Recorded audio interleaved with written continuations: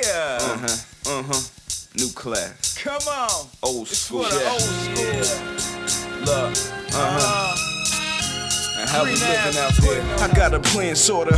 All I need is one mic and a camcorder. You might have heard of luck. If you never did, you should turn this up. Let go. And take a good listen to the street knowledge that the hood missing. I got a plan, sorta. All I need is one mic and a camcorder. Welcome everyone to another episode of the Student African American Brotherhood's Men in 10, where black men discuss real issues.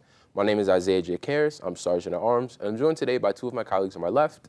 Shamar Griffith, Head of Financial Affairs. Black and Latino, I'm the secretary. Thank you, gentlemen, for joining me today Thank you for having us. for this wonderful conversation. We have a lot to talk about. So I want to sort of preface the conversation by talking about what seems to be an epidemic going on in our communities. So often every day we see in media coverage, whether it's online, digital media, or even covered on the news and physical media, what happens with police brutality and police violence in our communities. And there seems to be almost an endemic killing of black men in our communities. So I just want to get your perspective. Do you think there's an oversaturation of the coverage of what's going on, seeing such brutal imagery and disturbing narratives so often, especially pertaining to black men? Yes, I actually do. I feel like every time somebody brings up the topic of like a killing of black men, like more often than we should, we're like, which one? As in, there's so much. And to actually quote like Malcolm X, back in the civil rights movement, he quoted something, and it's so relevant to what we're going through now. As in, he said, when the police starts to, I would say, when they can convince like white media that the black community is dangerous, then they can actually go in and they can question, they can brutalize, and they can even murder like innocent black men. And I feel like that's something we're seeing so much, like even today. So we're seeing it over and over and over again, and it's just not going away. That's a very good point. Shamar, do you think people are starting to get desensitized to a lot of the violence with it being covered so often, with it happening so often and the coverage revolving around that? Do you think people are starting to become almost numb to it? Are we expecting as we go on to watch TV or open up our apps to read the news, or are we almost holding our breath and waiting, praying, hoping not to see another episode of this violence? There is a prevalence. I would say it is becoming numb in certain situations, but I feel like the more we see it, it should be like a form of awareness. Like there definitely is an endemic. This is evidence that there is an endemic. We keep seeing it over and over on television. So now the question has to be asked, like, what are we going to do about it? Why is this a regular occurrence on our televisions? Precisely. One of the discussed solutions, I think that revolves around what you're talking about, has been a concept of community policing. Now, I've heard about this more specifically talking about in this like large metropolitan areas like New York City, perhaps areas like Chicago, Los Angeles, areas like that, where it would be a regular rotation of officers, perhaps on beat or being involved in the area, getting to know the residents that live within, how the community interacts with each other, and getting an opportunity to more or less get to know who's actually in the community. So with that being said, do you think like that this is a reliable solution to this problem, short term, long term, or how do you think that's going to work with the black community seeing more police officers in their area? Okay, I'll take that question. I feel like it depends on the officer that's being placed in these communities. As in, like standard in New York City, I would say it's the new officers who are policing like the high crime neighborhoods, and I don't feel like that's a good take because they don't have the experience that like handle certain situations.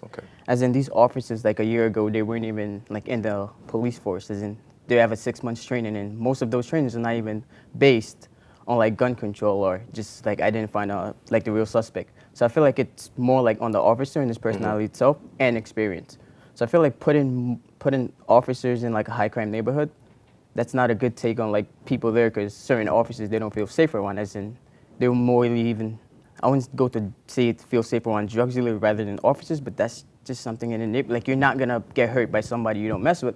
And an officer, on the other hand, you might just shoot you for reaching in your pocket for your wallet or something. Yeah, and I think that discrepancy, I think, is something that's really relevant, especially more recently. Earlier this month, a man was killed in Brooklyn It was a man who was acknowledged to be mentally ill by members of the community, and it was documented by the NYPD that he was emotionally disturbed. He was in the area, he had a small metal pipe in his hand and he was waving it around.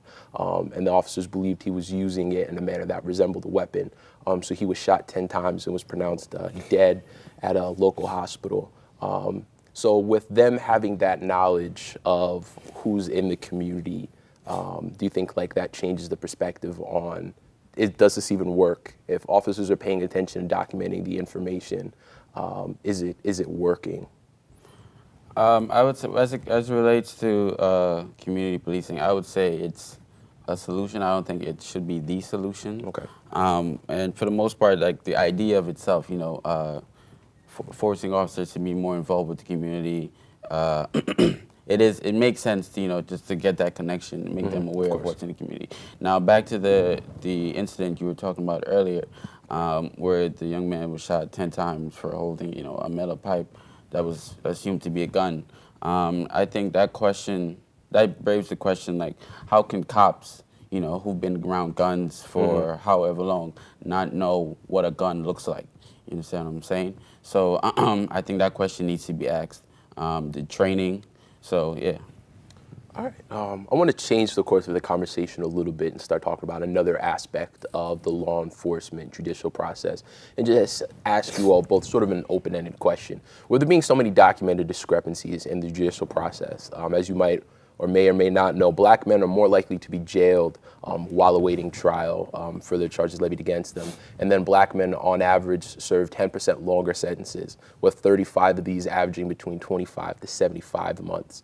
So to you as like an American citizen and seeing what's going on, affecting your community and everything that's going on, are you safe and comfortable and confident in the judicial process? And do you feel like it would work for you if you needed it? I would say as a Black man, ignoring all the facts, all the statistics that you just stated, I don't know, Black men are 5 times more likely to be arrested.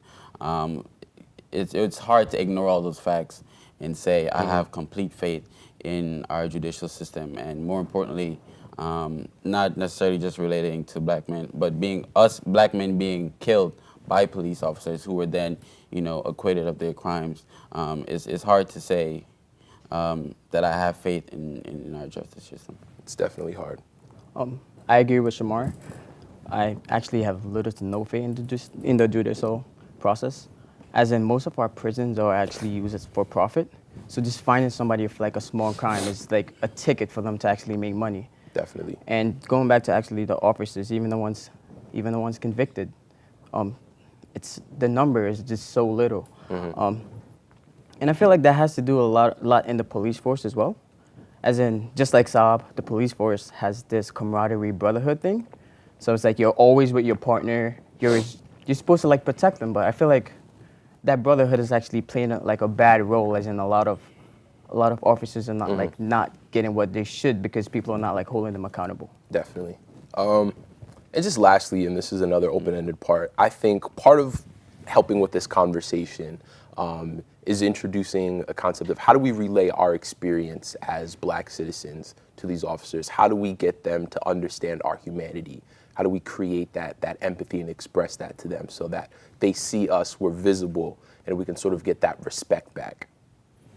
I say one thing for sure would be, I would say, like we were talking about earlier, the media coverage of Black males, because the media has formed this wide perception, this stereotype that Black communities are full of thugs and criminals, and I feel like if people would be more open-minded, to having a conversation with a Black man or something of the sort, just open-minded to who we are as people and not just what they see. Take the time to make an investment in themselves to learn more about us and not just what they see on the television.